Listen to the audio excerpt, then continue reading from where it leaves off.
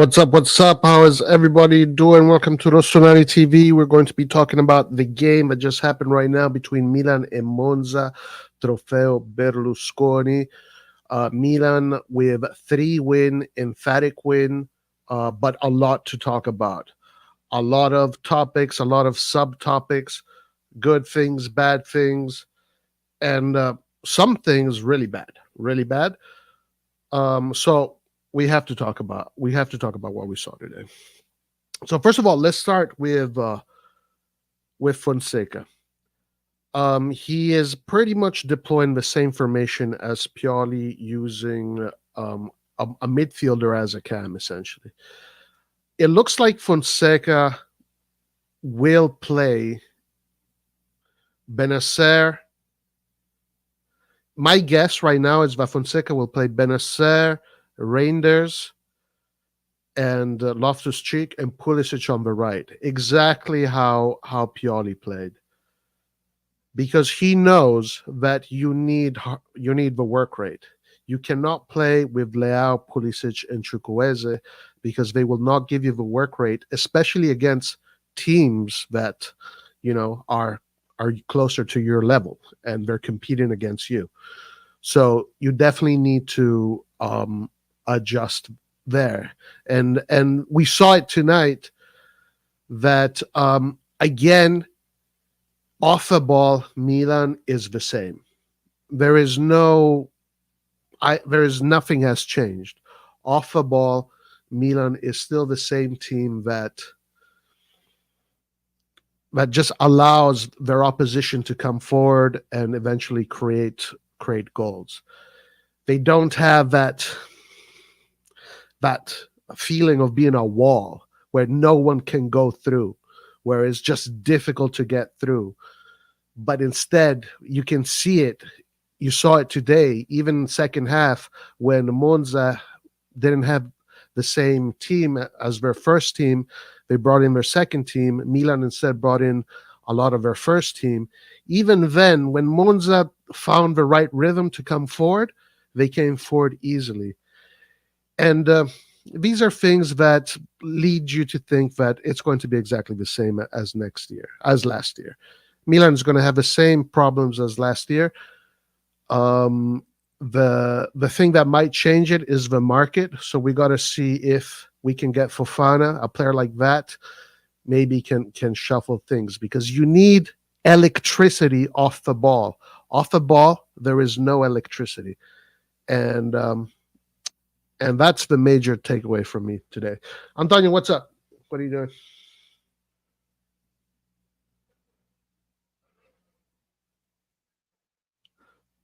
Antonio, are you there? Hello? All right, I don't think Antonio can hear me. But the thing that upset me the most about today's game was honestly watching Maldini, and how fucking good is Maldini?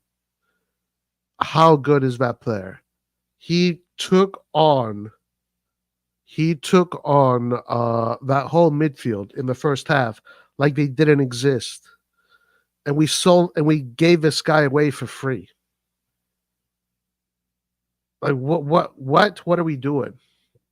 Maldini is a fantastic player. What we saw tonight from Maldini, we saw a player that can. What he did tonight, the way he scored that goal, none of our midfielders can do that. Can break the lines deep in the midfield, run all the way into the box, and participate in this intricate 1-2, and then score the goal. None of our midfielders can do plays like that. Like, why Maldini should be playing for Milan and doing those things for Milan, not for Monza. And that is just it's sad to see. That is sad to see. And when that happened today, guys, when Maldini scored that goal today, the whole stadium was looking. They were looking at each other sideways. They all knew.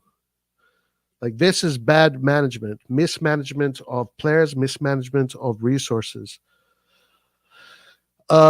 So as far as the players, I think Salamakers was the best Milan player today. I think Okafor in the second half showed good energy. Jimenez not so good. Jimenez not so good. The defenders, Pavlovic, he did some fouls. He showed a little bit of aggression. He got beaten a few times, so nothing special there. As far as Tomori seems like his technique is getting worse. I don't know, but I don't know about Tomori. I mean, let's see who the defenders are going to be. Gabbia, I thought was okay. I didn't notice anything in particular about Gabbia, just a normal performance. Musa Ali really struggled against Maldini. Maldini was just destroying those two players, like together, like they were. So Maldini, Vignato, and Pessina, Sensi, those guys, that midfield was just eating Ali and Musa alive. Now, I would like to see what Maldini and Vignato look like against maybe Reindeers and Benacer. But again, I think it wouldn't be that much different. Benacer Reindeers, obviously the team builds better because it's more organized. These two players are better than Musa and Ali. So obviously you have a jump in quality when you get a Benacer and Reindeers and you can hold the ball. But off the ball, Benacer, there's something there. Reindeers had an okay game today. On the ball, off the ball is the same player. He had a tremendous goal, great shot, excellent shot, and credit for the goal. But off the ball, he just needs to be stronger. He needs to be stronger, and I think that's still going to be a problem. That's still going to be a problem against teams like, I mean, if Inter is the same level as last year, you need more strength, you need more muscle, you need more personality off the ball. You win the Serie A with what you do off the ball, not with what you do on the ball. And tonight, from what I saw, that might still be a problem. But the market is still 2 weeks, so it really depends. It really depends on who they get. I think if Milan can bring in Fofana, that can maybe change things, and then you can start to see if he can energize the midfield and give more dynamism off the ball. Then you can start to think, okay, all right, so now maybe here we're going to be more solid, right? There's going to be more solidity. And that's really what this team needs. This team needs an injection of players that guarantee you more quantity and solidity. These two are the two pieces of chemistry that are required in this potion, in this equation. You need an injection of that. You have brought in a little bit of an injection in aggression with Pavlovic, and now you need that in the midfield, though, because if you have a weak midfield off the ball, you're never going to win anything. You're never going to win anything.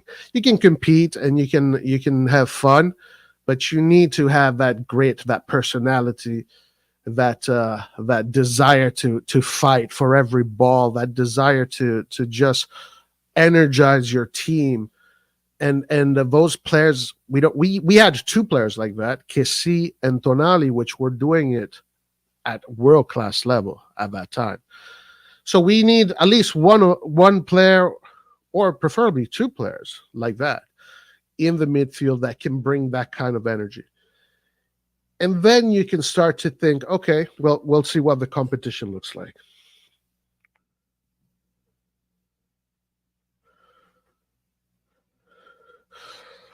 Let's see. Personally, Roy, I would pair up Benny and Fofana in that double pivot and play 3-2 rest defense. So 3-2-3 defenders and two midfielders, like that. You mean?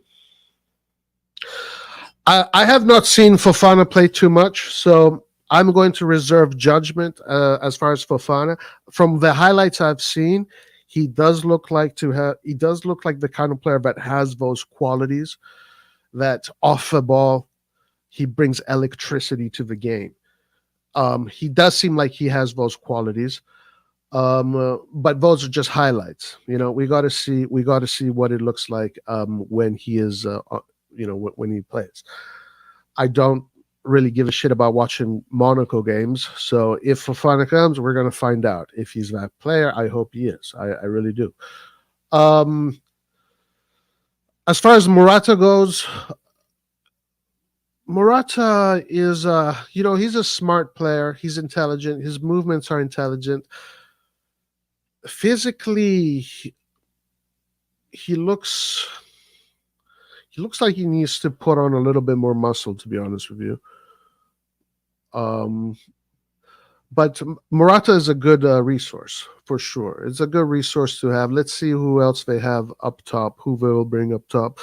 Jovic scored the goal. So are you going to keep Jovic? The big questions are really: are you going to keep Salamakers? Are you going to keep Jovic? And Okafor. It's those are the big questions. And I think that's what we should probably talk about. We need to work on ball retention and limit the amount of space we give oppositions, but overall we looked better.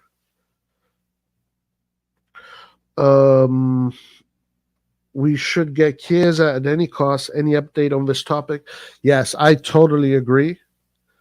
I completely agree. If you can build a team with, you bring in a solid midfielder that can bring that kind of energy in the midfield off the ball, and then up top, you have Leao on the left and Chiesa on the right, you're going to be a problem for every single team in Europe. Every single team in Europe is going to think twice when they defend against you. If Milan can do that, if Milan can bring that, then you can talk about, okay, serious. You got to bring in the midfielder and Chiesa, and then if you can, I mean, if look, Leao, Morata, Chiesa is top, is top. But if you can even improve on Morata and bring another striker there, then even better. So there is a pathway to greatness. Yeah, what's up? How's it going, guys? Can you hear me? Yeah. Well, yeah, Chiesa is a big game player. Chiesa is a big game player. Now, don't underestimate Chiesa because he plays for Juventus and because he comes from this injury. But if you underestimate Chiesa, you're making a big mistake. If you think that now Salamakers is different than Chiesa. Salamakers is a different kind of player. But Chiesa also gives you a lot of work rate. But Chiesa is a player that will attack with no fear, and he will attack the best teams with no fear, just like Leao. And And he's a workhorse. he is he's a world class player. So like Chukwueze is okay, he's good, but he's not that level. He's not that level. I mean, we can agree to I'll be disagree, right back in like 30 but seconds. he's not that level. What's up, Nathan? What did you think of the game?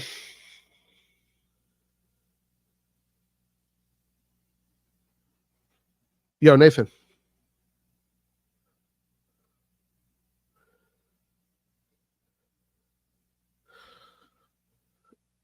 Do you think we're getting Fofana, Samardzic, and Abraham? I think that would be great. Yeah, that would be great. I would prioritize Chiesa. Me too. Absolutely. Yeah, Chiesa is a world class player. You bring in Chiesa, now you have another world class player. Like that's a world class player, guys. I mean, whether you like it or not, whether you like it or not. Well, then he is going to enter, and they will dominate Serie A for the next fight.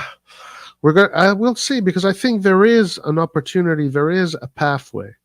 I think there is a pathway to get there. Um, I think there is. Sacrifice must be made, but I think there is. What's up? All right. You can hear me now? Yeah. Okay. Are we Scudetto champions because we won the Berlusconi Cup? No, I mean, listen, they're good things. They're good things, but yeah, it's going to be against the big teams in Serie A.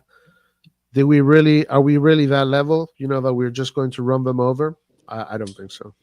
Yeah. See, my problem is obviously this is the game that we're supposed to win, so I'm not looking at the score line or the result. I'm looking at the problems that we are supposedly supposed to be fixing that we haven't fixed.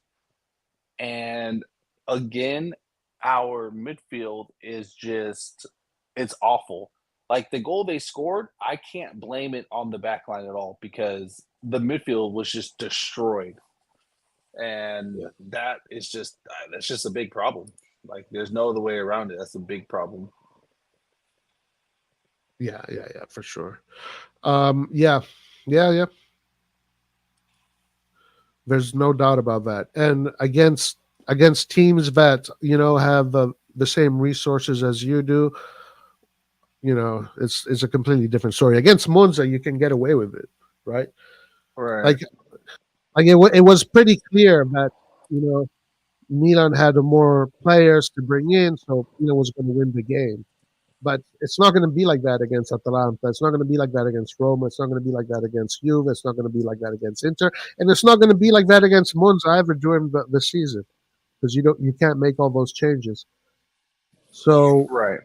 at the Right. end of the day, I think we're going to have a positive season if we want to finish in the top five.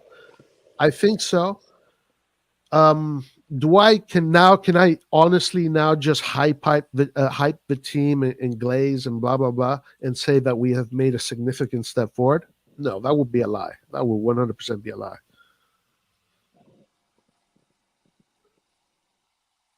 Yeah. Yeah. I I agree with everything you just said. I just don't understand like what the holdup is. Now, as far as Fonseca, now guys, what I'm about to say here is going to upset a few people. All right, so be prepared to be upset. Be prepared to be upset.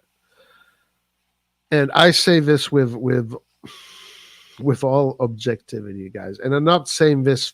There's no agenda because people are going to say that I have an agenda. But I saw how Monza was coached today, and I saw how Milan was coached today. And if you know what you're looking at, you can tell that Nesta is a better coach than Fonseca. But you have to know what you're looking at.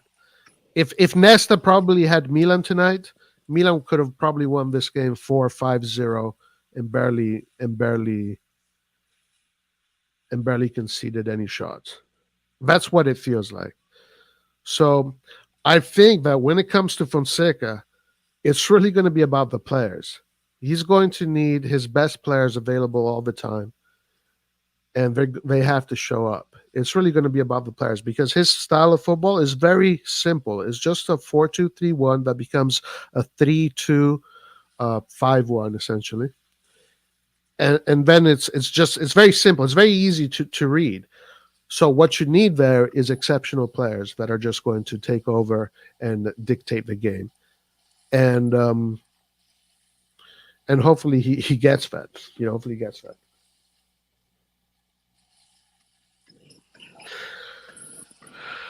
News Yeah, on it's Samardzic and Tammy Abraham with the output of so Salamakers. I don't think Fonseca should let him be sold. If Giza could reduce his salary, gambling on him would be bad. what do you think about Samardzic? I don't even know how to say his name, but what do you think about him today? Samardzic? Yeah. Um, what about him? Uh, He's a young prospect, right? He's very young. I mean, he's playing at Udinese. It's you got to see if he can produce what he does at Milan and how fast he adapts. It's the same stuff. He's not like considered to be a world class player. He's considered to be a prospect that right now has been doing positive. So If Inter got again, him, you'd it's consider him with much more potential. what's that? I feel like if Inter got him, though, people would be saying has much more potential. I think he's a No, good I player. think if Inter got him, he would be a bench player at Inter. I think he'd be a bench player Well, at the Inter. beginning, Huh? What? in the beginning, maybe, but you know. But still, now I think he'd still be a bench player at Inter. Yeah, he would definitely be a bench player. Inter. Yeah, there's no way he'd be taking the place of any of Çalhanoğlu, Mkhitaryan, or Barella. That's impossible. I mean, at Milan, he would be as the cam could be interesting player as a cam. He does have those characteristics where he could fit in this kind of cam that Fonseca plays, which is very similar to how Pioli played it. I think at Milan he could be an interesting replacement to Loftus-Cheek in that cam role.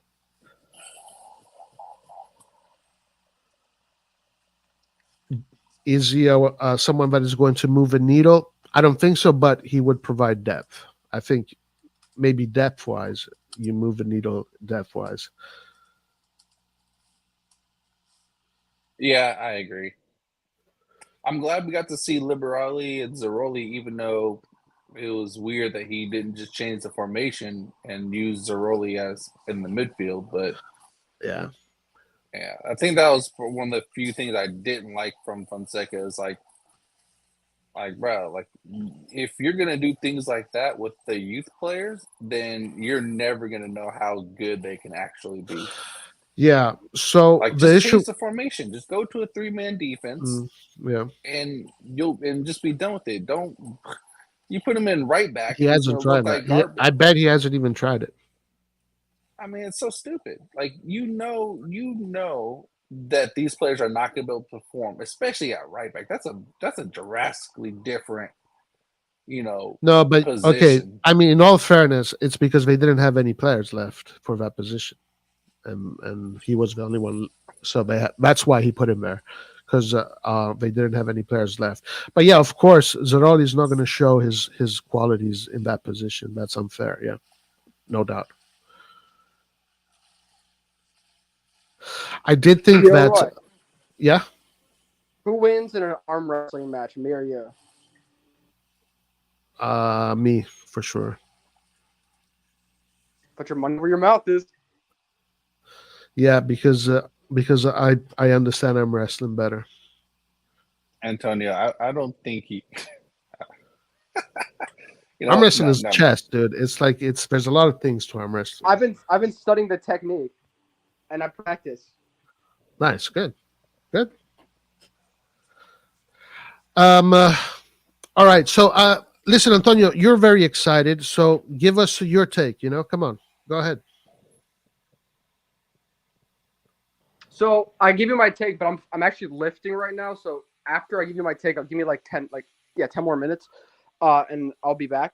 But the first half was awful, because we started off well, but then like Leao, Morata did not look like they were fully in touch, which, give them, it's their first game together, and it is to be we can expect that. But Salamakers was by far the best player. He was literally taking people on, very confident, really good in the first half. So I was happy to see that. I think he's definitely going to stay. The defense, so yeah, the midfield, Musa and Adli, I thought when we were on the ball, they were like okay, but defensively, like there were just times where they would just come right through us, and then we would get overloaded, and then the transition. Terracciano also not very disappointed with that performance. Like all of their goal came from that side. He was always up the field. I mean, if you want to play like with an attacking fullback like him but in a Antonio, Hernandez that role, came I from the don't think. midfield. Sure, yeah, which I acknowledged before I went into Terracciano, but I think he also was leaving space behind him, and he's not that good going forward. So it's like if you put him forward up the field, like what Hernandez does, what do you expect? Leao was never passing the ball. Are you talking about the goal we conceded? Yeah, but just in Terracciano in general, I'm talking about a few different things. Oh, okay. But Leao, I'm saying because he was always higher up on the field because we want to play with like an attacking fullback, but he doesn't really do much when he goes up the field. Like Leao, which maybe it's Leao's fault, never passed him the ball when he would make those like runs on the wing. So I just feel like he just isn't really used well. Maybe he should try like like the other side as a more defensive option, but I just don't think that he provides much. But I don't know. We'll see. Yeah, the first half. Then we did not do too well at the end of the first half, but then the second half, I think we dominated. We changed the entire team. Also, I will say this: the goal that Maldini scored, I think Magnan could have done better there. I mean, even though it's the midfield and defense's fault, Magnan it wasn't too far from him, so I'm a little worried. Like I don't know why Magnan is like. That was a strong, It was confident a strong shot. finish. It was a strong Yeah, there finish. you go. But That's no, that but was that was all I've Maldini, noticed. man. That I've was all noticed. Maldini. I know, of course, but what I'm saying is I've noticed though that Magnan he's been a little bit more like leaky in the past season. Like things will kind of go near him. Like he used to always save them. That's just what I've noticed. But anyways, then the second half we changed everyone. Toriani was great again. That kid is awesome. Oh yeah, Toriani, yeah, he did a good Very job. very good. All the young players did well. Zeroli, I think Zeroli, like from what I've observed, which I may get hate for this, I feel like when he plays with the first team, like when he gets like with like our starters, I think he gets a little nervous sometimes. I mean, he was playing right back. He made a few things like I don't know. I just feel like he isn't as assertive as when he plays with the youth team, but I'm sure he'll get better. But I think he's good. Liberali was really good, like technical and confident. I hope he can develop his shooting more. He had a good shot. And Jimenez was really good, but then I hope he should be okay. Hopefully, it's not too bad of an injury. I'm going to be watching Milan Futuro this year, so I'm excited. And then Okafor, I want to say he looked much more like in terms like he was moving more. He looked like he was more fit, which to me is that's what I really am interested to see because I like him as a player. I think his finishing is really good, but again, I just think he's like he walks too much. But he came in really well. Jovic is his positioning is good. He's a good poacher. So I mean, I think I don't mind Jovic. Can you hear me? Yeah. Sorry, someone called me, but if you can hear me, yeah, I like Jovic. I would probably want to get another striker just in case, but I like Jovic. And let me think who else came in. Pavlovic looked decent. He's aggressive. I mean, I can see why he could. There are some areas where he'll go up and maybe he'll like miss the ball and he's a little bit too aggressive.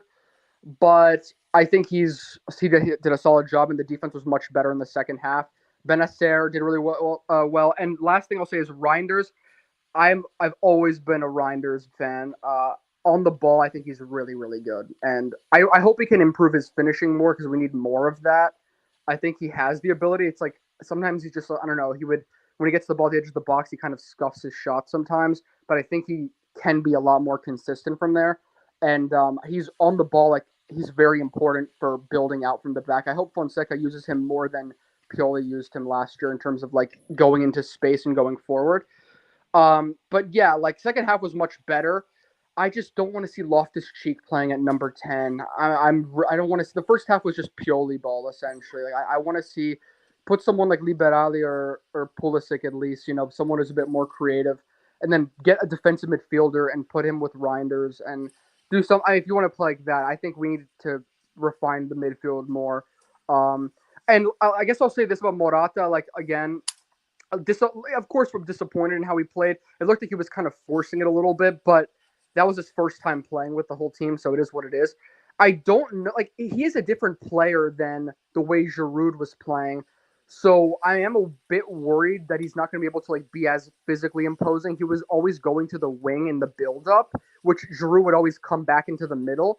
And I do think that that's going to take some getting used to. So I hope, and that's why we are playing a big gamble. We got him. He's just coming back right now, first time playing, and we have already Serie A game this weekend.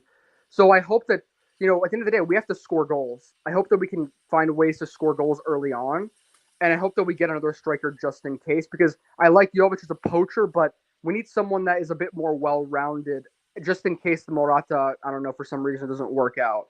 So that's the way I'm feeling. But I mean, it's just a friendly game at the end of the day. So hopefully things get better. I have a problem with Leo.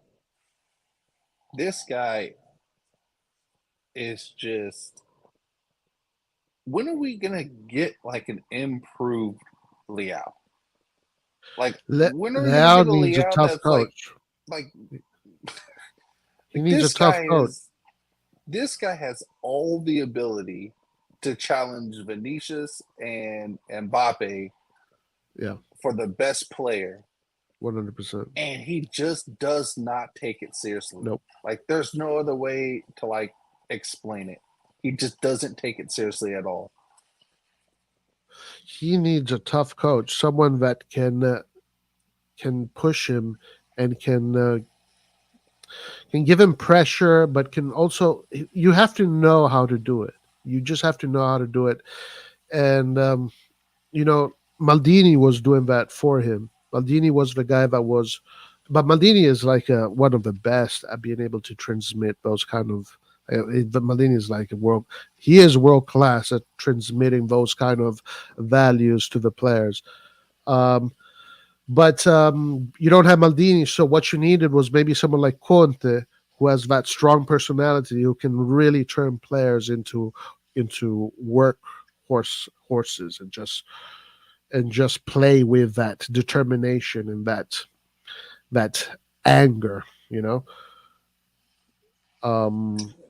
I don't Yeah, think but see, Fonseca is pretty much purely 2.0, so he's going to get exactly the same thing from but like, Fonseca. this is crazy. You shouldn't have to motivate a player to that extent. Like, I understand players obviously need motivation, but to this extent is just crazy to me. Yeah, I mean, listen, I'm pretty sure Leao is going to score his goals. He's going to get his assist. He does score in big games. I think he's the only him and Theo Hernandez are the only two guarantee players that we have that score in big games. So there's a part of his game that needs to develop. Because if that other part of his game, more his temperament, the way he carries himself on the field, if he can just give a little bit more energy off the ball and he can just show his teammates that he's willing to work hard for them, then, he needs to be part of that.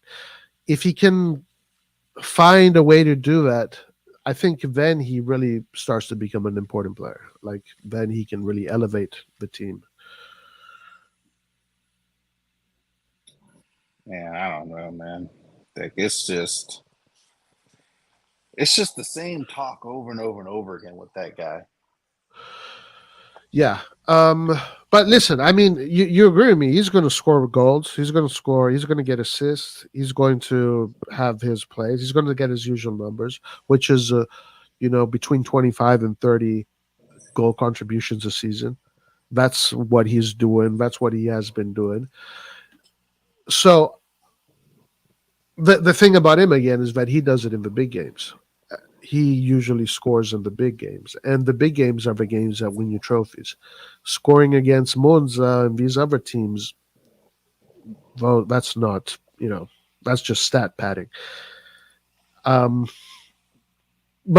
I mean, do you think he's going to be effective this season? Do you think he's going to help the team, or do you think he's going to be limited? I really don't know.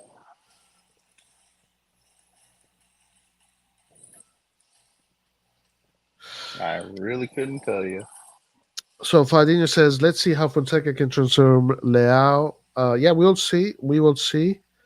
They're both Portuguese, so hopefully that can be something that can Connect. I mean, honestly, what it seems like, which is a strategy which is commonly used, and it's not a sin.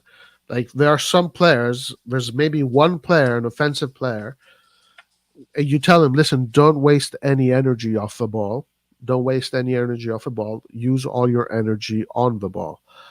And it is. I know Pioli did that with Leao, and that is something that you can do, as a strategy. If you want a player that can create moments of magic, just use his energy to focus on that. Off the ball, the other guys will do the work. Maybe, I don't know if Fonseca is doing that. We'll see. We'll see if Fonseca asks him to work more, or if he's going to take that approach where he's just going to tell him, don't worry, off the ball, don't waste too much energy.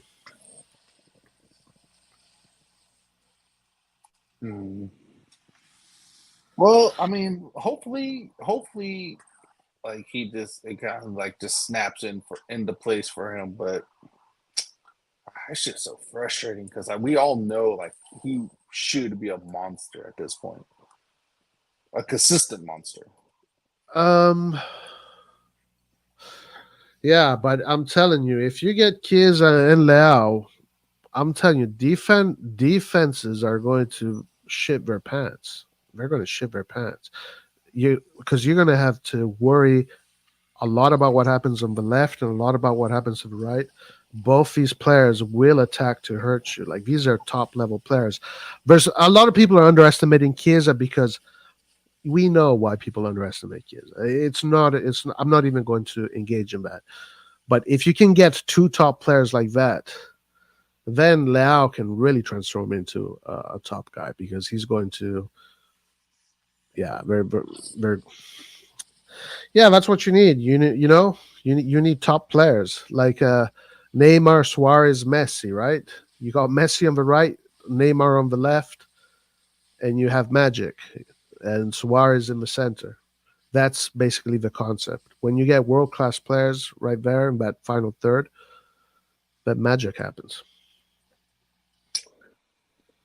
Yeah, I mean, it was nice to see Okafor look confident on the ball. That was a good thing to see. Yeah, and he put a lot of energy into his game. I think Okafor had a good showing today for sure. Yeah, I think so too. Honestly, that's how we need Leao to play. If Leao had Okafor's mentality, then Leao would be there with Mbappe and those guys. Yeah, but Okafor is dangerous because he brings in speed, power, and determination. You know, damn. I wonder if he can.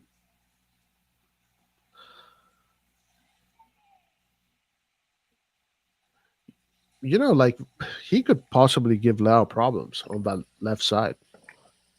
I mean, that's a good thing for sure. Because if he gives you that kind of energy, that becomes more valuable for the coach, and he's going to use that rather than less energy.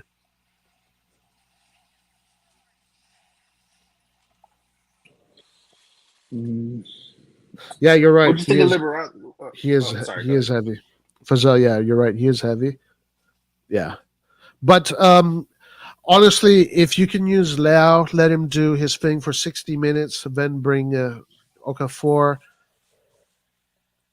It depends. What do you think about that? What do you think about that? What if the team just goes super hardcore 100 miles an hour until these guys drop dead? We do have 5 substitutions. What do you think about that? Like make him just go all out crazy and then being able to bring in someone like Salamakers or Chukwueze. Like this is assuming if Chiesa comes, bring in Salamakers, Chukwueze, and Okafor. I mean, that'd be a pretty good strategy, considering these guys all have high energy. I mean, it always depends on. Yeah, sure. It's an idea, right? It's a strategy. You can try it, and if it works, it works. I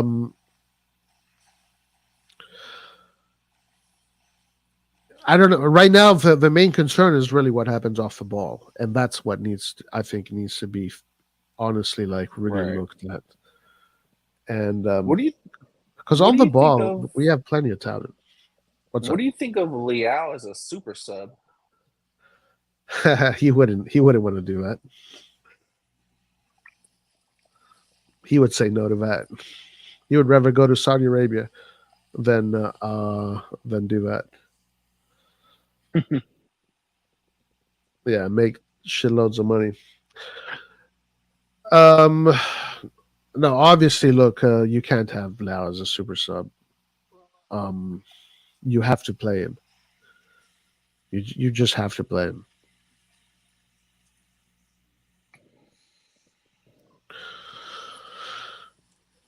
You have to play him. In my opinion, we wasted an opportunity to sell Lau for 150 million. Okafor is really good. Just give him more minutes and see. I would bench Leao and give Okafor his time on the pitch and see what happens. Leao comes in last 20 minutes. Let him run when players are tired.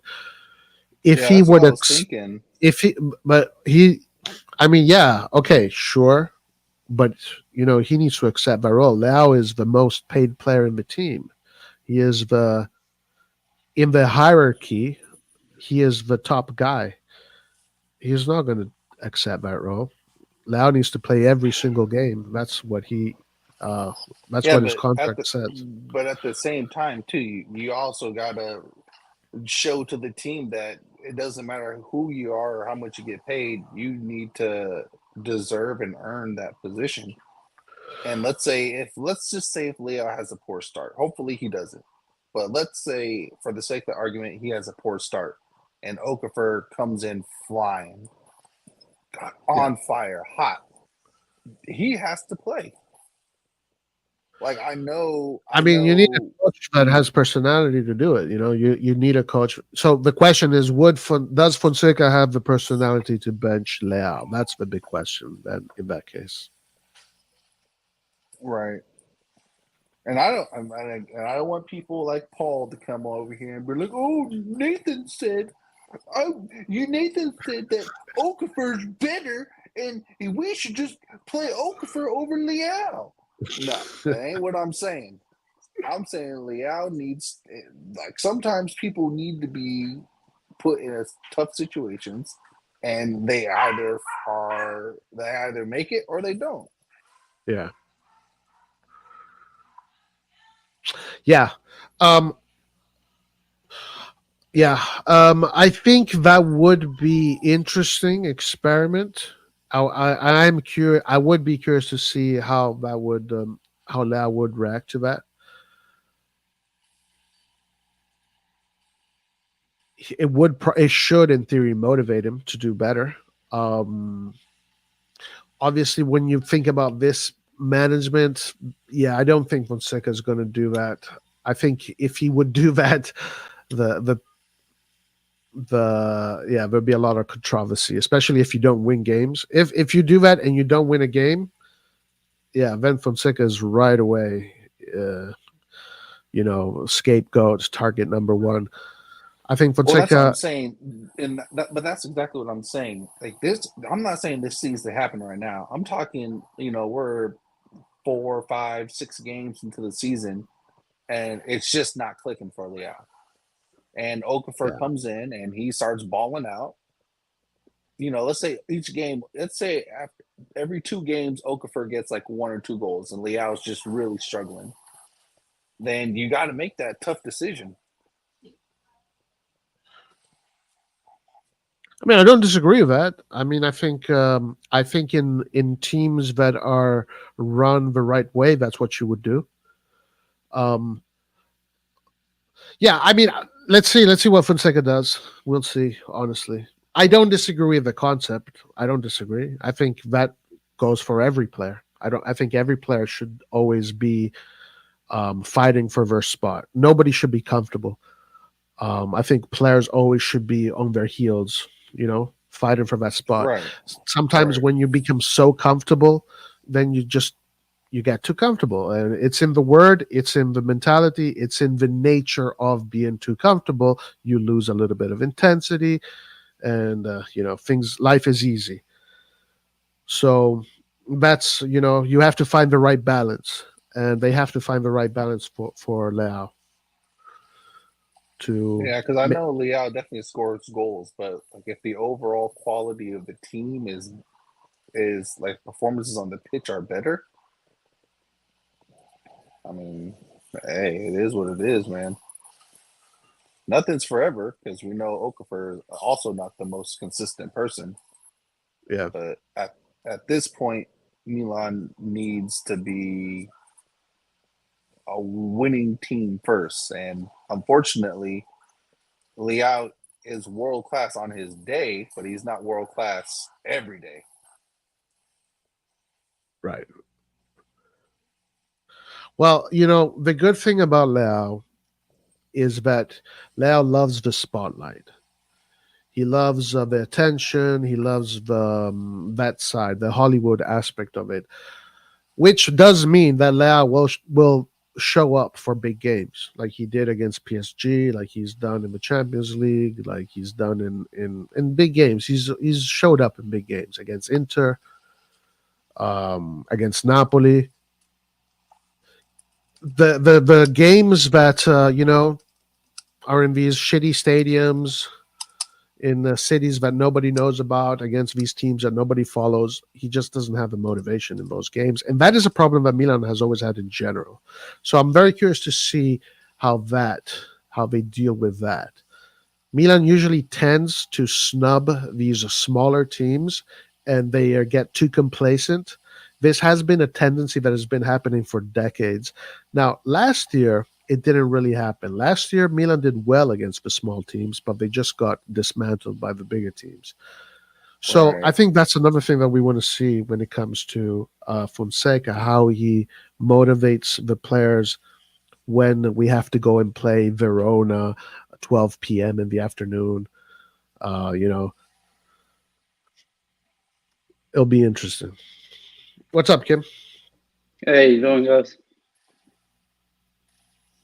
Can you hear me? Yeah. Yo, what's up? Nah, not much. I'm just watching the How you doing, man? highlights. Actually, good, man. Did you see the game? No. I'm just watching the Oh, highlights. it was a good game. It was an entertaining game. Yeah, I can see that. I'm just seeing that.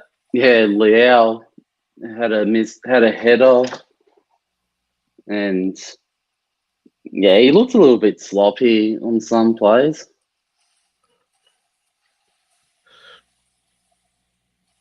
Yeah, Leo, more so, I think just again, it comes to his demeanor. But I mean, it was just a friendly, so let's see what. And also, another thing that needs to be said that the season is very long. Okay, so in 3 days the season starts, and it's a marathon, right? So there's the pressure is not so strong in the beginning. It's in the beginning is just different. The first quarter of the season is usually the easiest quarter. Then when you go to the second quarter, third quarter starts to get real. Then fourth quarter is the real deal. The fourth quarter is where you win your trophies, and that's when we need these guys to show up. Because that's what they didn't do last season. Last season, if you look at our fourth quarter form, it's all red, red, red, red, tie, red, win, red, red, red. That was our fourth quarter. So I think they're going to start strong, but I really want to see what we look like in our fourth quarter. That's when we're going to know if this team is strong or not. Absolutely. No, because I'm just looking here that, yeah, I know the Champions League as well. That's going to be completely different for a lot of teams. And to be honest with you, I do not like the format that they're going to do. What do you mean? For the Champions League, did you see the format that they're doing for this Why don't you season? like it? I'm curious about it. I don't really have any opinions, but why don't you like it? I don't know. I mean, they were saying that they're adding 4 extra teams, and I'm just like, I don't know. I thought they could just add the 4 extra teams, make another group of 4, but I don't know. They're going by what they wanted to do for Super League. Yeah, right. Yeah.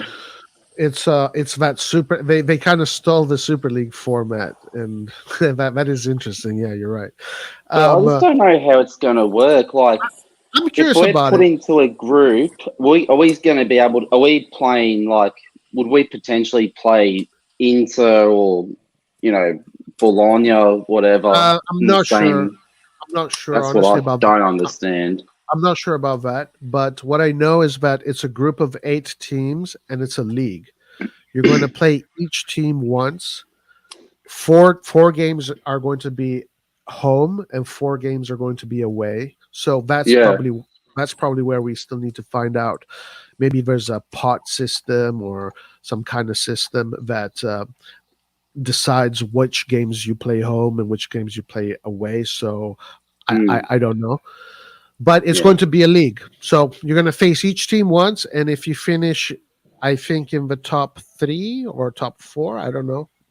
I don't know No, if how I'm many. looking, I've got the video here. So it's a 36. I was saying.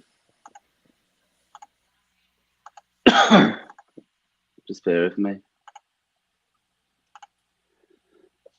What was I going to say? Yeah, it's just saying that 1 to 8 go directly to round of 16, and 9 to 24 go to the knockout playoffs. So it's a 36 league phase. Oh, okay. Wow. It's really weird. There's Yeah, a lot of. There's going to be a lot of games. That's pretty crazy. much.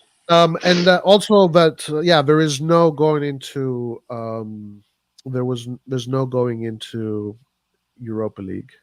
So once you get knocked out in that second it. round, you're out, yeah, of Europe.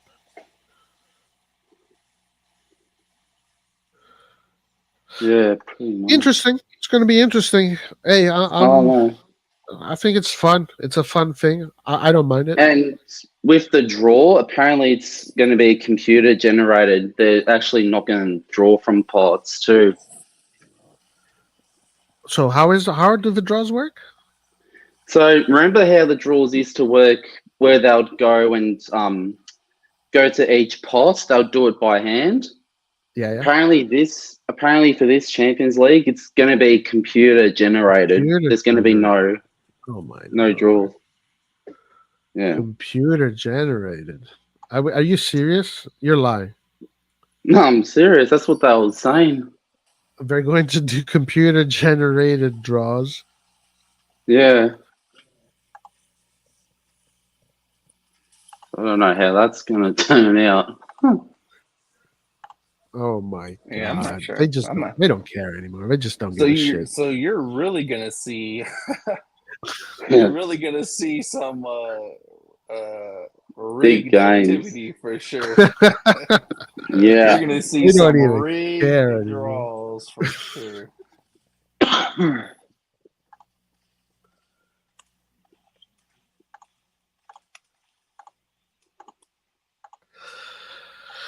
How did you see Pavlovich? I thought he did okay. There's some. He's aggressive. He did a lot of fouls, so he might be reckless a little bit. He completely misjudged an aerial ball in the second. Yeah, round. Like, he I don't got know cooked a what few he was times. looking at. Yeah, he got cooked a few times with the crosses. He did show aggressiveness. There was a 5 minute, 6 minute spam where he had a good 6 minutes, and he won a few balls, and he was passing the ball, and he kind of got the crowd to get loud. But then the other plays where he was involved, it was a little bit of 50-50 here and there. So, he's got to grow. We got to see how he develops as well, like the other guys.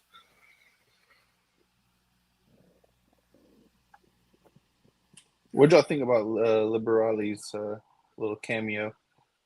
I thought it was great. I think he was great. He is definitely the most creative midfielder we have by far. He is the midfielder that plays forward with forward inertia. He attacks. He uses his creativity to attack. More than Benacer, more than Reindeers, much more. And I don't know why he was subbed out. Why didn't Fonseca play him the whole game? Why is Fonseca playing Pobega the last 15 minutes just to keep the lead? It's like, what? This is not the Champions League.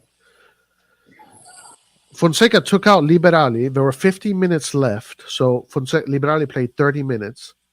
And the last 15 minutes were for Pobega. Maybe they decided this beforehand and they knew. Or maybe they didn't. I don't know. But regardless, if let's say they didn't, and Liberali is in the field, and you want to sub him out to put in a more defensive player to safeguard the At 3 lead to 1, at 3 to at 1, 3-1, with no pressure. That's the situation, Roy, that we many of us have talked about.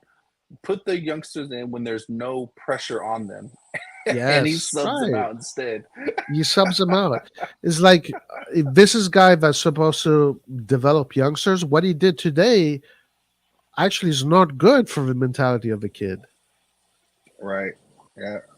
But that's not a good look when players go in one half and then they get subbed in the same half. It's not a good look.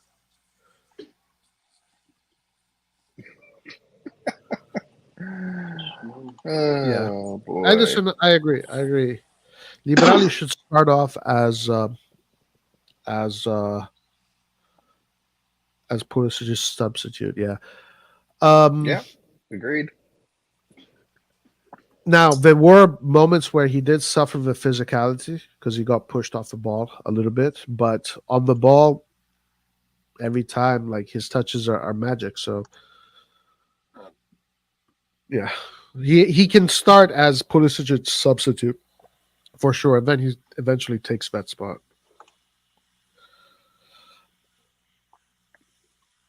But I am expecting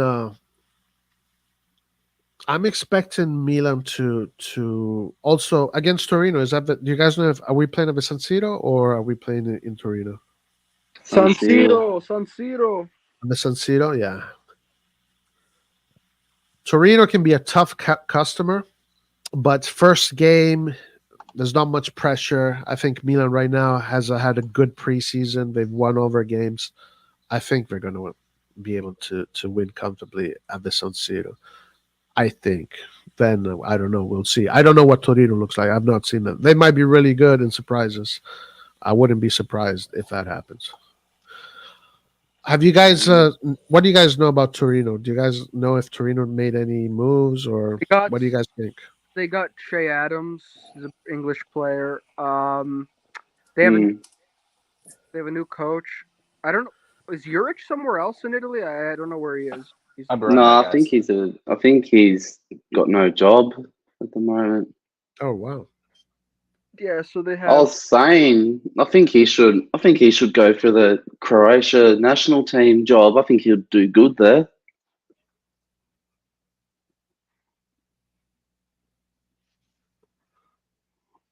Yeah. Go ahead, Antonio. So what else about Torino? What else do you know? I don't know too much. I think I was just watching one of their Coppa Italia highlights. How do they look? I think, yeah, they're decent. Zapata's always good. I think their defender is injured, like Schurz or whatever. That guy. Oh, okay. All right. Oh, Rodriguez is gone to Real Betis. Oh, I forgot about that. Yeah. Yeah, I think right now, what Fonseca can really lean on to is that he has a lot of players that he can bring in, right? Yeah. So if the guys can't score in the first 70 minutes, the guys that he can bring in the last 30 minutes should be able to get the job done. And that's something that maybe a team like Torino doesn't have. They don't have that kind of depth. But probably at the San Siro right now, with how things are looking right now, I'm assuming Milan wins easily. Well, not easily. Easily, no, because they'll struggle in the midfield since there are not going to be any new signings. But can win it, yeah, just with the extra resources. Who do you guys think is starting against Torino? Nathan, who do you think?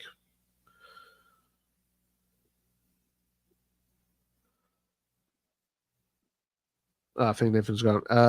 Kim?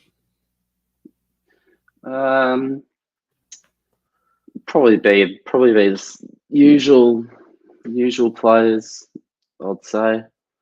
They're not sure if Pulisic is going to be fit by the first game. They're going to assess him. Yeah, I'm not sure. You'd think maybe Pavlovic should start. Yeah, I'm not too sure. All right. Well, my guess is Mike Magnan in goal, Calabria right back, defense.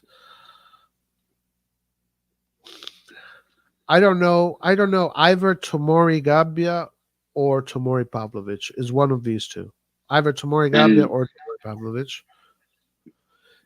And then on the left back, obviously, Theo Hernandez. Double pivot, I think he's going to go with Reinders Benacer. And Cam, he's going to go with Loftus Cheek. He's going to go the right Pulisic, the left Leao, and up top Morata. I think that's what he's going to do.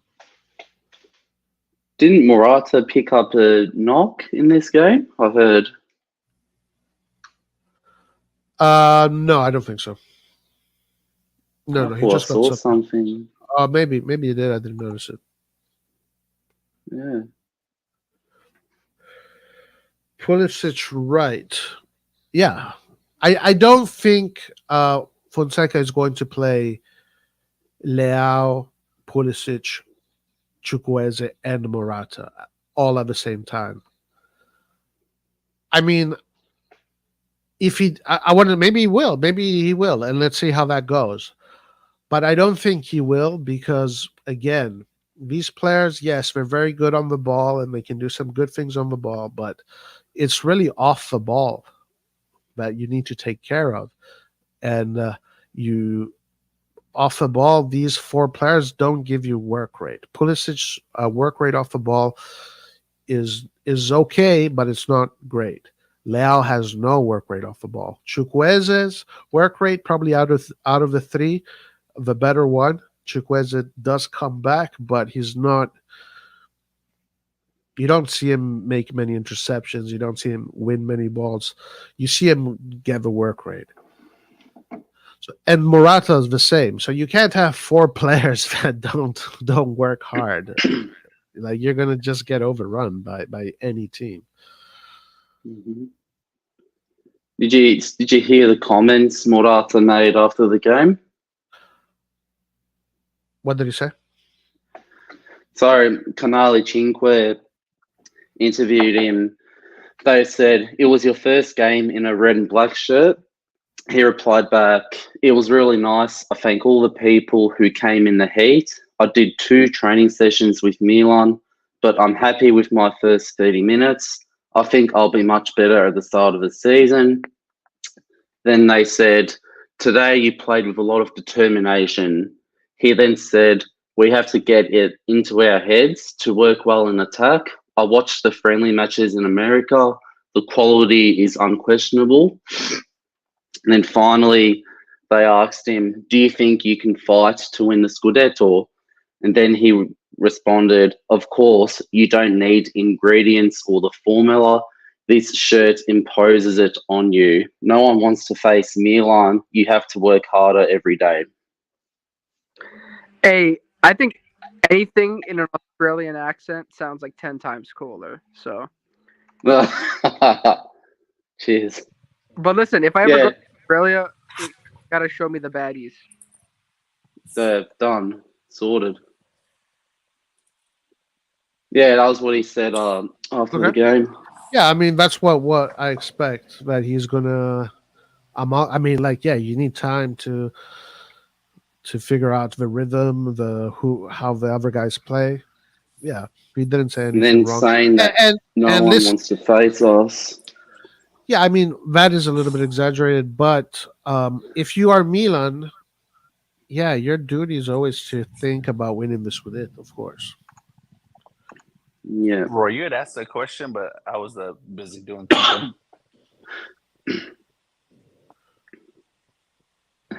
What question? Oh, the formation. What were we playing? Because I missed the first Torino. 2 or 3 minutes. Oh, who I think should play? Yeah. Or what I think the formation is going to be. What do you think the formation is going to be? Well, obviously it's going to have to be Calabria because there's no way Emerson is just going to come in and start. Mm. Teo, clearly. Tamori. And then, like, Chow and Gabia really had this, like, their game today really was pretty solid. I would hope it would be Gabia, but knowing Fonseca is most likely going to be Chow. And then What about Pavlovich? No way. There's no way that guy starts over Gabia and Chow. Nah, that ain't gonna happen. Yeah.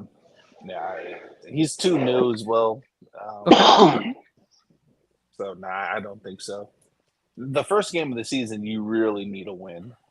Like, all the preseason games and all that stuff is cute and all, but the first game of the season, like, Fonseca needs as many fans on his side as possible. The midfield, Benacer and most likely Loftus-Cheek, and then Leao, Pulisic, Chukwueze, and Morata will be the. Oh wow! So you think he's going to go all out like that? I mean, that's what we've been doing in preseason. So I mean, we kind of dumb not to. We have, but with back. With the return of Rangers, do you think, and kind of like what we saw today in the first half, Rangers, Benacer, Loftus-Cheek as a cam, and then there that he was goes a disaster. You don't think he's going to do that? You think he's going to go with Pulisic? Yeah, that's going to be. I mean, against Torino, like you think that you should be able to pull it off. Like, Torino is a team that you should beat. You have the obligation to beat. I think he'll I think he'll surprise a few people and start Salamakers. That's what I think. Actually, that's a good call, and I think that's the solution right there. If you want to put Pulisic as cam, you need to put Salamakers on the left. He had a good game this morning. Yeah, but you guys are speaking in terms of a competent coach that understands balance. Fonseca, every time he talks about how the team's going to play, it's always a super offensive team. He always puts some sort of word in front of offense or attack-minded team. Yeah. It's never about balance or anything like that. I know in one interview, someone addressed him about the defensive issues, but that was the last time we talked about it. So I would not be surprised if it's like that. Yeah, me too. Me too. I think he is going to go all in, and eventually that's going to lead him to look for the balance, because it won't work. All in won't work. It's just too arrogant. You're being way too arrogant if you go all in. You have to have a tad of humility here. Because are we still supposed to be doing a high press? I mean, I don't know. Today the high press was inexistent. I mean, MONZA was really clean. They played really clean out of pressure. They just obviously don't have the quality. They don't have the resources. They don't have Chukwueze, Okafor, Pulisic on the bench because it's MONZA. But other teams do have that, and they have better actually. Maybe coming off of the bench. So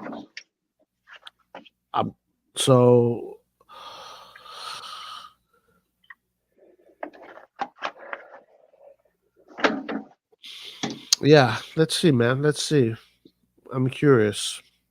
One thing for sure, you can say that Milan is definitely the team that had the best preseason out of all the teams in Serie A, pretty much. Yeah. So whether is that a good thing? Does that matter? We'll see. It'll matter for now. And I'm also seeing rumors now that we could try and go for Milik from Juve. I'm not sure if that's true or not. Yeah, so there is this rumor that's circulating. Would you take him? if we can get Chiesa in the process, I mean, I don't know. Yeah. For me, if you bring in Chiesa and these two players are just world class. Like if you go in Europe and you have Chiesa on one side and Leao on the other side, every single team is going to be like, oh shit, we got to watch out. There is no No. any team, Barcelona, Man City, Real Madrid, they're going to be like, okay, watch out, guys, because we got two tricky customers. And Chiesa obviously does not get his credit because also remember Chiesa in Allegri's system played really deep. And he didn't have the freedom that Leao has. Leao just sits in front, waits for his opportunity, takes him. Under Allegri, Chiesa was asked to go all the way down to the line and defend, to go basically to a line of 5. He was literally going down to the line of 5, defending, work his ass off. Obviously, if you play that, you're not going to get the same amount of goal contributions if you're going to play like that. If you play always in the opposition half and your job is just to disperse your energy for when you have the ball in attack, you're going to get more goals. So, this thing that Chiesa doesn't get high numbers is a mistake if you read it as him not being good or talented. Yeah, the only problem we've got with Milik is his injury history. I remember when he was at Napoli, I'm pretty sure he had 2 knee reconstructions, I think. So, and I remember when he was at Ajax, he was like one of the hottest prospects going around at the time. I'll be honest with you. I think Milik and Jovic might pretty much be the same. So if you already have Jovic, why have Milik? Jovic younger, less injury problems, right? Yeah. So that's the only thing about Milik is, yeah, I'm pretty sure the 2 knee reconstructions on both of his knees, I'm pretty sure. Yeah. Now listen, when it comes to Chiesa, so the reason why they didn't want to, there's an issue with the contract. So Chiesa did his contract with the previous management, and there's a clause in his there's a clause in that contract that, with a bonus clause, that this new management does not want to incorporate in the new contract, and that's why Juventus and Chiesa are not renewing, because they didn't come to an agreement with the contract, and so Juventus is not going to waste any time on it. They're just going to move on, and that's it. And and of course they're not going to try to get Chiesa into the project. Chiesa has 1 year left. Chiesa, in 6 months, you can sign him for free in 6 months. So they're not going to waste time with Chiesa. But this is making it seem, but all of a sudden Chiesa is this shit player, this wash player that nobody cares about. That's a huge mistake. That is a huge mistake to do that. I'm going to the San Siro next week for the first game of the season. Oh, that's great. Oh, that's going to be great. It's going to be awesome. I got a feeling McKennie's going to be the player we swap for Forza USA. McKennie could be interesting. What do you guys think of McKennie? I don't really care for him too much. What about Rabiot? I definitely don't care for him at all. Who would you like to see in the midfield, Nathan?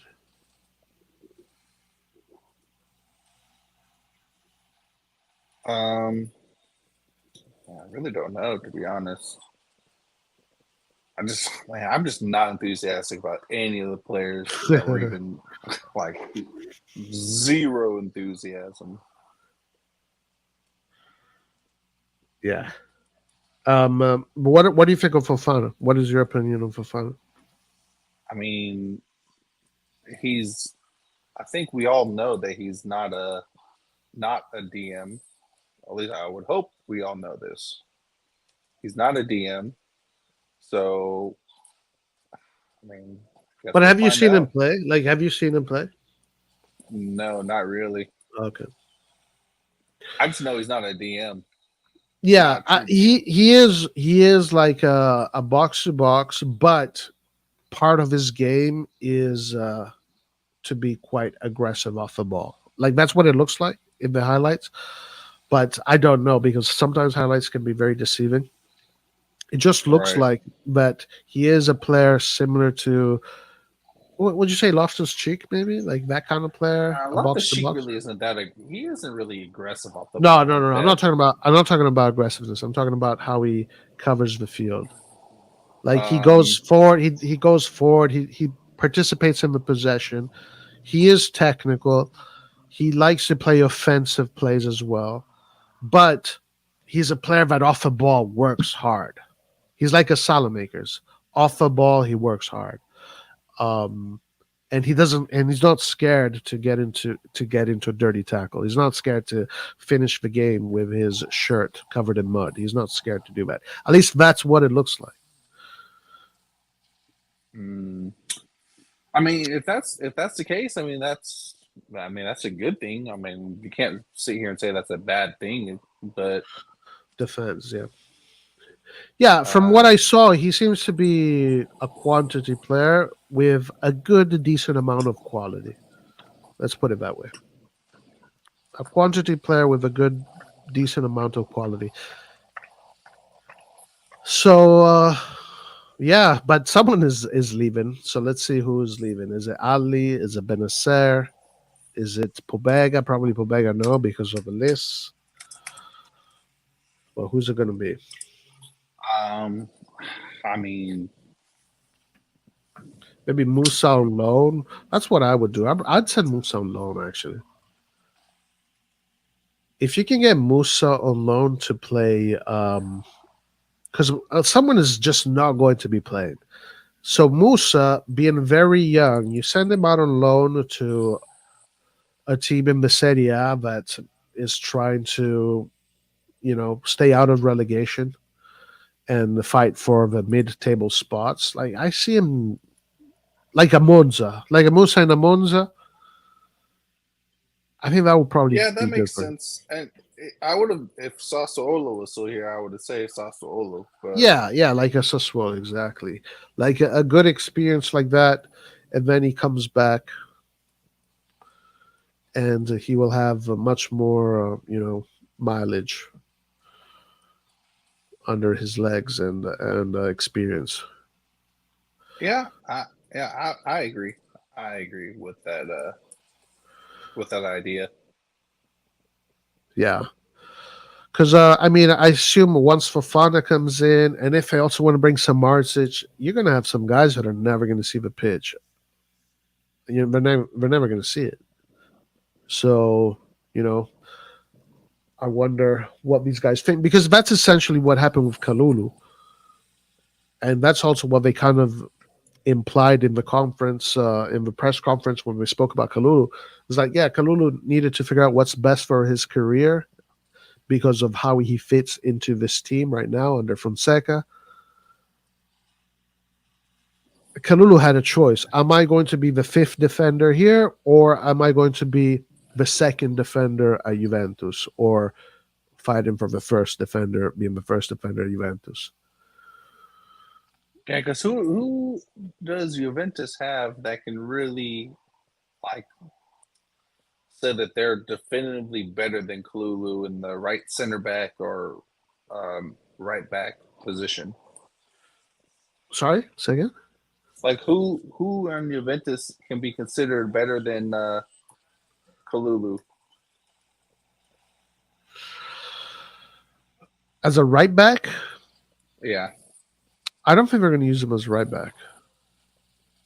maybe right center back then. Yeah, right center back or left center back. Or yeah, Mm, or center back. They can also use him as a right back. They can also use him as a right back. But he is going to have playing. He's going to be playing. You're going to see a lot of Kalulu at Juve because the hierarchy is very different and they needed a spot to be filled. Yeah, at Milan, Yeah, at Milan, only injuries will make him play. If players get injured, then he can play. That's what Fonseca, I guess, decided. So I think. Anyway, I gotta go, guys. All right, later, man. We've got work here. Peace Have a out. good one. See ya. See ya. Manu Kone, I don't know this player. I know he was in the French national team that got to the finals of the Olympics. So, that's a great experience for a player.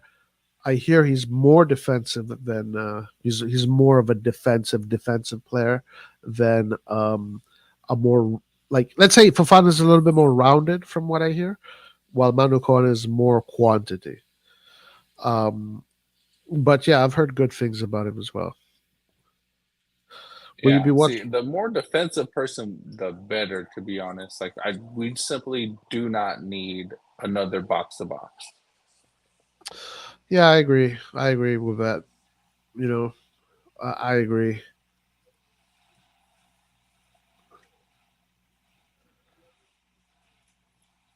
I think honestly, right now, if we had Kessi, Tonali, and Liberali as our midfield, we'd have everything we need. We would literally have everything we need. I agree. That midfield would be like one of the best midfields in the whole of Europe. Like maybe But not right that away. makes too much sense. That makes a little bit too much sense, Rory.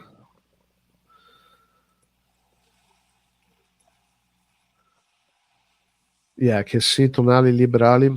That's high level shit.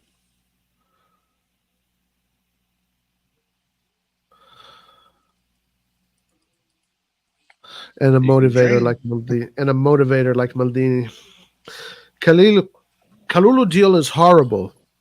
What do you make out of the Kalulu deal?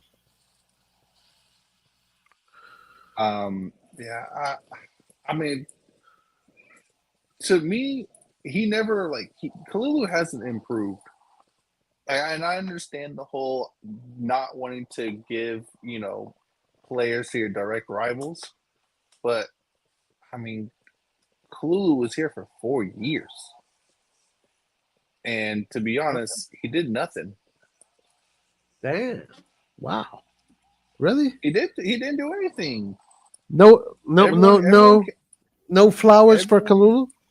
Oh, okay, yeah. He had a fantastic 8 games that helped us win the Scudetto, and I was one of the people that sat here and said, "Oh, Kalulu Tomori can be the way. They deserve to have a chance at a partnership pairing." I said Yeah, that. I yeah. was ready for this, and the following year, I mean, I was proven wrong. So I can't say I didn't. I didn't give them the benefit of the doubt. Yeah.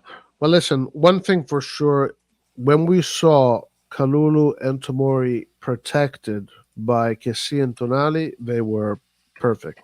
Kalulu and Tomori were perfect. Once that midfield just got slowly dissipated, then yeah, we became extremely we became. It's funny how we went from one opposite to the other, like from a Right. very solid midfield that was just like a juggernaut to just like this extremely soft midfield that is good with the ball, is pretty with the ball, but has no bite off the ball.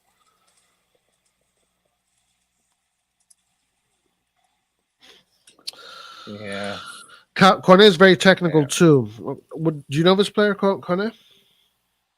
No. Okay, but you saw the game, right? The France Spain I game. did. I did, but and even if I did see them, I just don't know the names. Okay. So the whole thing is just like, okay. I mean, they did good. Like France came back and everything, but I mean, it just I What don't was the really final care too score? much. Damn, what was it? 4-3 or something like that. Wow, crazy game. Yeah, it's because Spain was really dominating. So Spain U19 wins the Euro. The senior teams wins the Euro, and the U23 wins the Olympics. Man, Spain on a tear at national level. National level, on a tear. Good job. That's all I got to say about that. 3.5 million loan and 12 million option is horrible.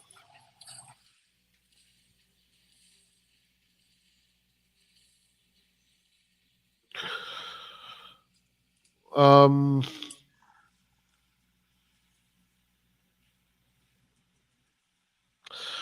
yeah, honestly, Ricardo, I'll take your word for it. I don't really have too much an opinion about the operation itself. Um, I don't have too much opinions on the numbers really. 3.5 plus 12 million, so essentially that is 15 million point five total. It's a 15 million profit if you just look at what he was paid for without calculating the salaries. So for Redbird, it's a good operation, but I do feel that if this was Juve or this was Inter or this was any other team, Kalulu would have been sold for 25 million, 30 million cash, Yeah, straight but up. I mean, we know how Milan is. So Yeah.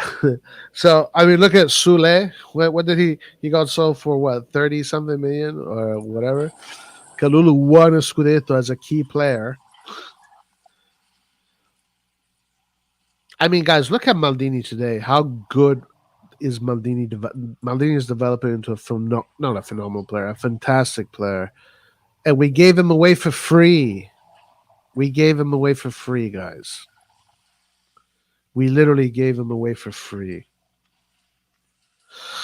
Yeah, prior yeah, to Spain, yeah, Italy. Well, listen, in the U19 tournament, Italy was the best team.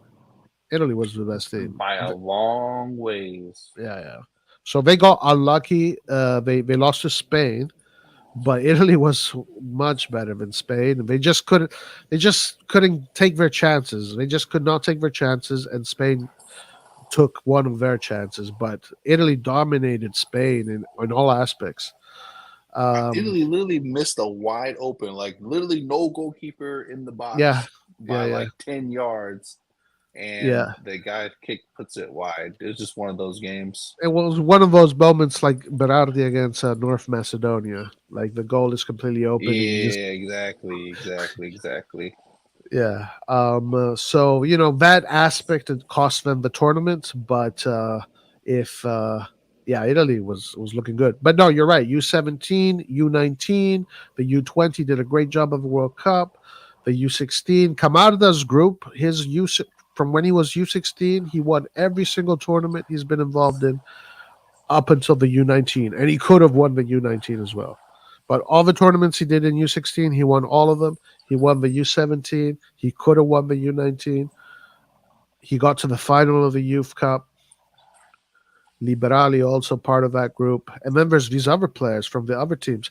Like, for example, today, Vignato. So Vignato was part of today, number 80 from Monza, the guy that gave the assist to Maldini. He was one of the three best players in the U19 tournament that Italy won, where Coyote scored the header in the final. Coyote, Haza, and Vignato. These three players were the spearheads of that team. And you could see that these guys were going to be the next guys that are going to come up and be Serie A level players. And today we saw Vignato. He did really good against us. He was really good. So he's starting to get there. Him and Coyote are part of that generation. They're going to be part of the national team. These guys are good. Yeah, we saw good stuff from Vignato. I think it's so crazy that we're not going for a Coyote. We really went for Emerson Royale when Coyote Right. was available. Like that's Yeah. just so crazy to me. Yeah, we should And have what gone when for he gets sold, he's gonna get sold for like 30, 40 million, and then we're gonna have the same people come in and say, "Oh, you see how expensive, over expensive Italians are? This is why we can't get any of them." We're gonna see the same thing over and over and over again.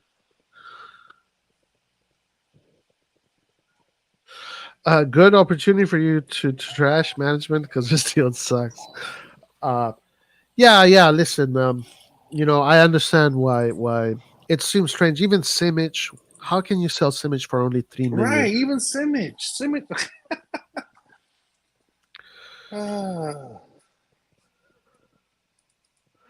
I thought the money ball was supposed to be, in favor of Milan, not the opposite way. Like we're doing money ball for other teams. We're giving the other teams money ball players. Yeah. But anyway, so let's see what happens.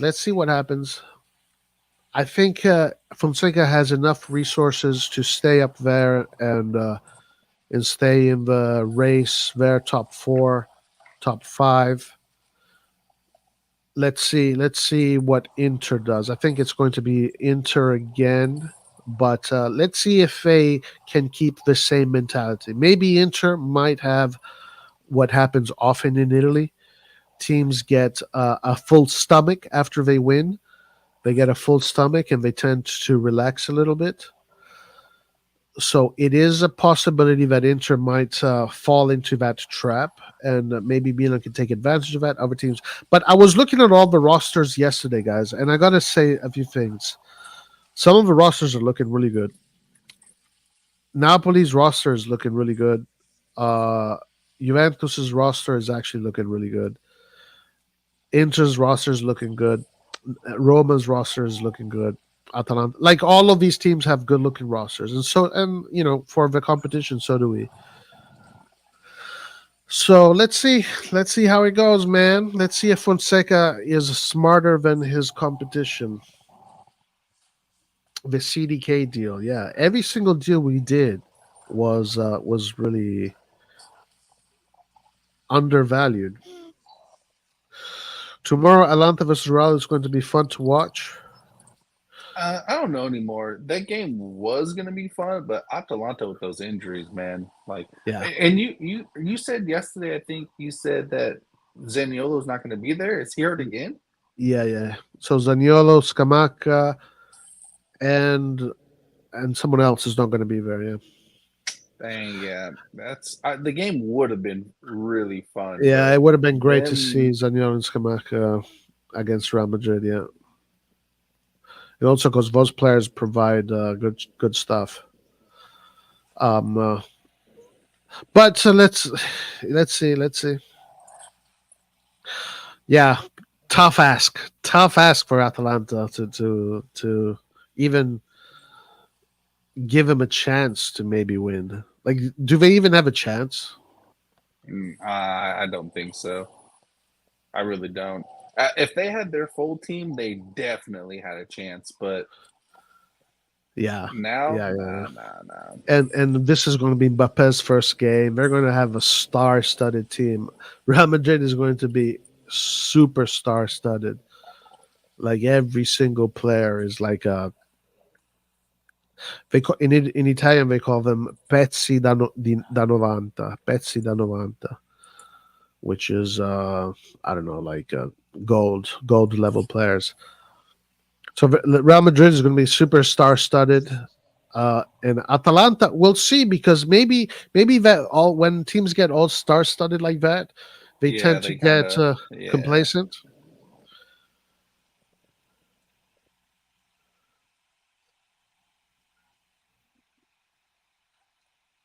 Well, I don't know. Yeah, These guys, this is these true. guys, these guys know how to win trophies. Yeah, it's gonna be an interesting game for sure. All right, listen. Any last words, Nathan and chat guys? Any last things we want to tackle? Uh, nah,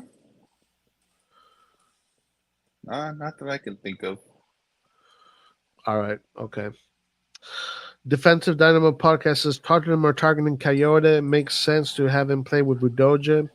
A shame that an English team could possibly have a Muay Thai in core than us. Yeah, that's crazy.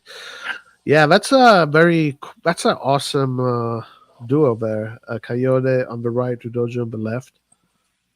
Yeah, yeah, we should have gotten Coyote for sure, no doubt. When is the next FIFA game? Maybe tonight. We're in D1 right now. Antonio's always selfish as a striker. Yeah, Antonio loves the glory.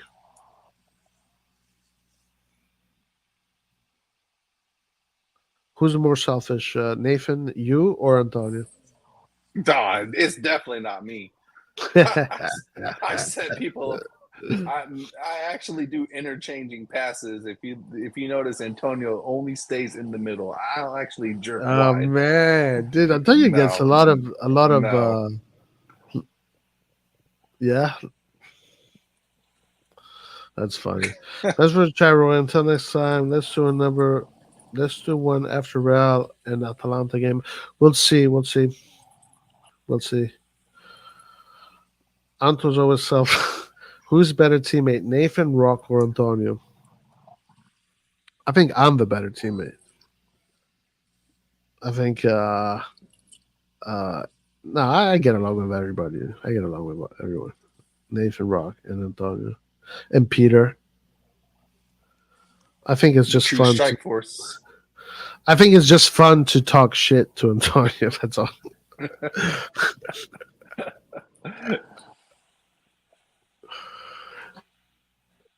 No, yeah, we'll play later. Yeah, I should be able to. Oh, great, nice. Yeah, so I have to go because I gotta be somewhere in 10 minutes, and yeah, I might be back on later. Yeah, playing FIFA, maybe later tonight. We got D1. D1 is tough. The D1 tax. You know, you want to be an elite team, you got to be good. You got to be strong, and D1 is We don't it's have. difficult. We need the money to start paying the referees. Yeah. We need the money to start paying the referees. I saw modified. I was watching you do the modifications. Yeah, it wouldn't let me change their height. That's interesting. Did you? I don't know if you heard or if you saw in the chat. I put how the computer gets better, and like you were kind of in there before, but it all comes down to like your fans and stuff. So like right Yeah. now we're at 82. So once we get to like 10 million or some nonsense like that, we'll like the thing will go up to like 84 or 85 or Yeah, something that's like that. correct. That's correct. That's exactly how it works. Yep. Chris asks, where is Laert? Laert is not watching the games, but if he wants to join, he can join. I think he's available. I guess he didn't want to join. You think the Kalulu duo was a chess move for Chiesa?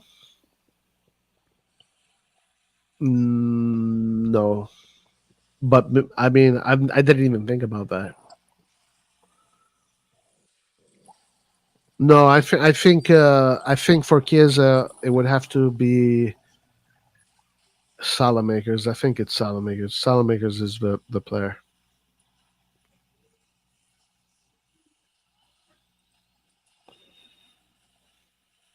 Dang, what is getting crazy over here? We have like a random thunderstorm here right now.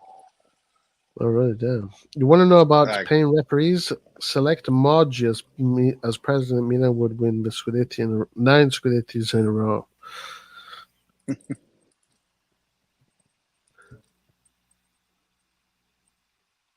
But yeah, listen. This victory,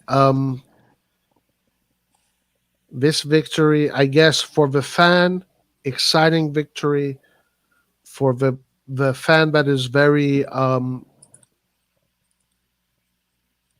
don't know what to call it, optimistic, or maybe doesn't care about, let's say, the politics that's happening in Milan.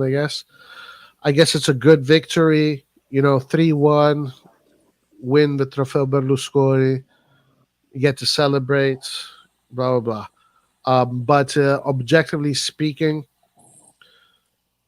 I saw a lot of things that are not so positive.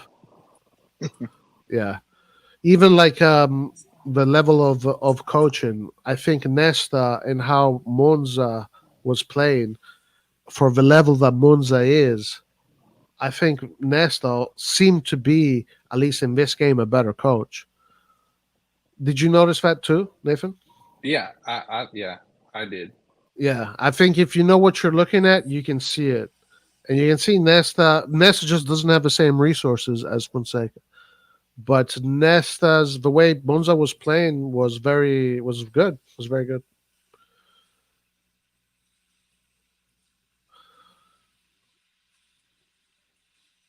You know, um, may, I mean, it doesn't mean it's always going to be like that, but yeah, I mean, you can definitely see that we got outplayed for very large stretches, yeah. unfortunately. And in the second half, when Monza found the right, every time Monza found the right rhythm to play against us, they got through us. Even when we had Benacer Reindeers and Chukwueze and Okafor and Liberali, even when we had those players, when they found that pocket, that rhythm, they just went through us really easily. And that should never happen. If you're a big team, that should never happen. Like no team should get through you so easily. If you're playing And that's against a team the with much more quality, they're doing that all the time. right.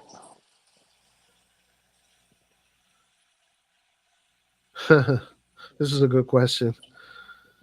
Explain how it takes 2 months to sign a player, but it takes 2 hours to sell a player to a direct competitor.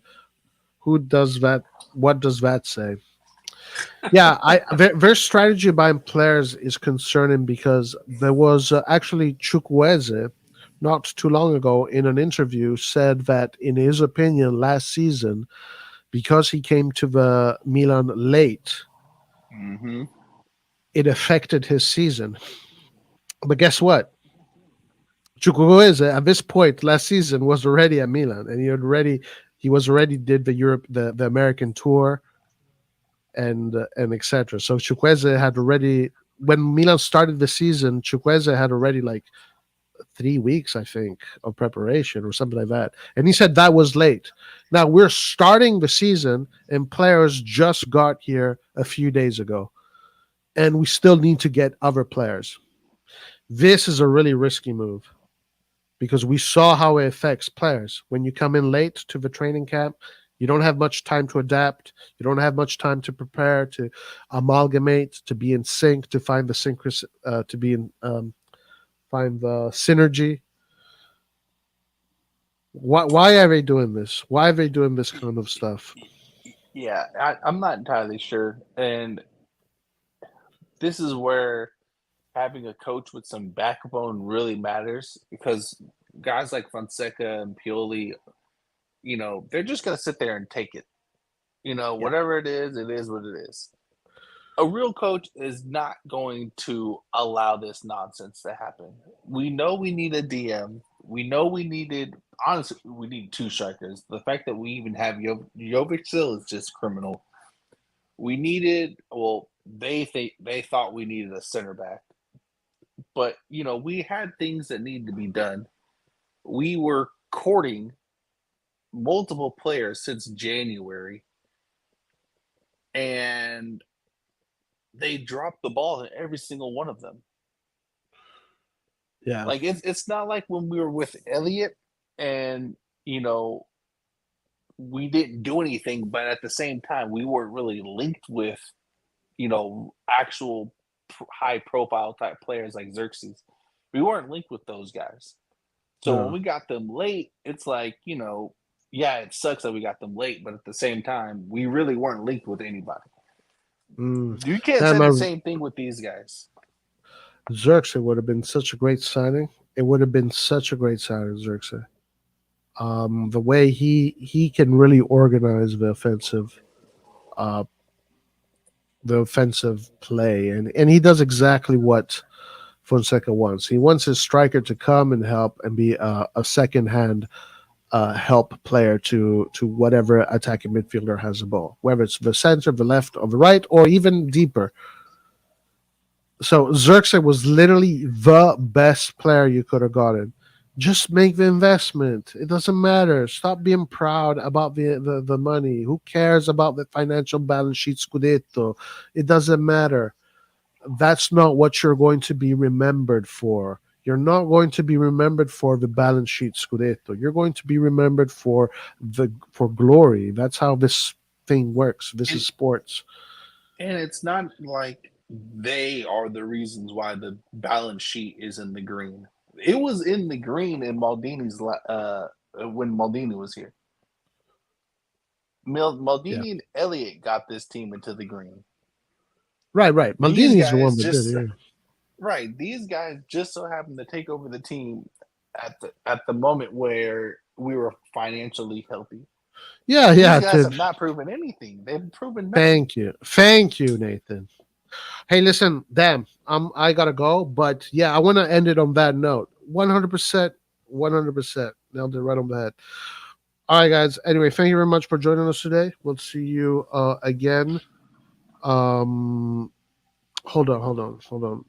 What a fucking killjoy you are, Roy. All you do is talk shit. Nothing ever will be good enough. Get off Maldini. That's it. Move on. Just okay. Bro, you don't tell me what I should do. What? Don't tell me what I need to do.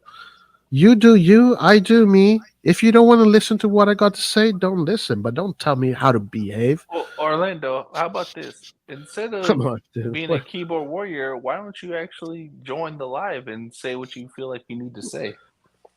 Yeah, I mean, if you want to, but Instead you're being bitch made like CDK. no, I don't want to say that. Orlando's always been a nice guy. No, listen, I don't Orlando's always been care. a I nice don't guy. care. I don't That's care. fine. That's fine.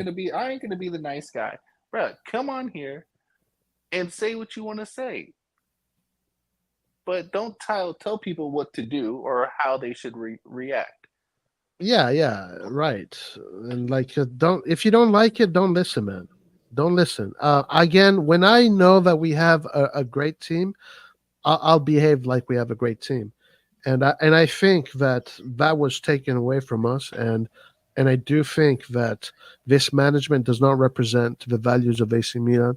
This management is trying to rebrand AC Milan into something that I would have never fallen in love with, and it's something that I don't really agree with. I think Milan, or No one did. No one, not a single Milan fan here can sit here and tell me that they fell in love with the way that these guys are doing it.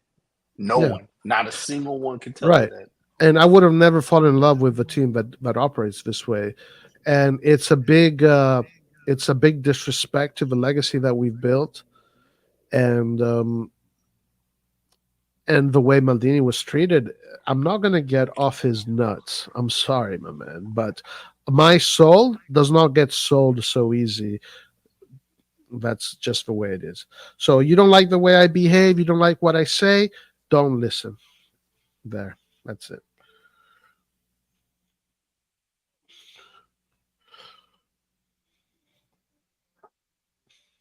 All right, guys. We'll see you next time. Thank you, Nathan, for joining us. Appreciate it. Everybody, click the like button, subscribe, do all that Forza good stuff. Milan. Forza Milan. See you next time. Peace.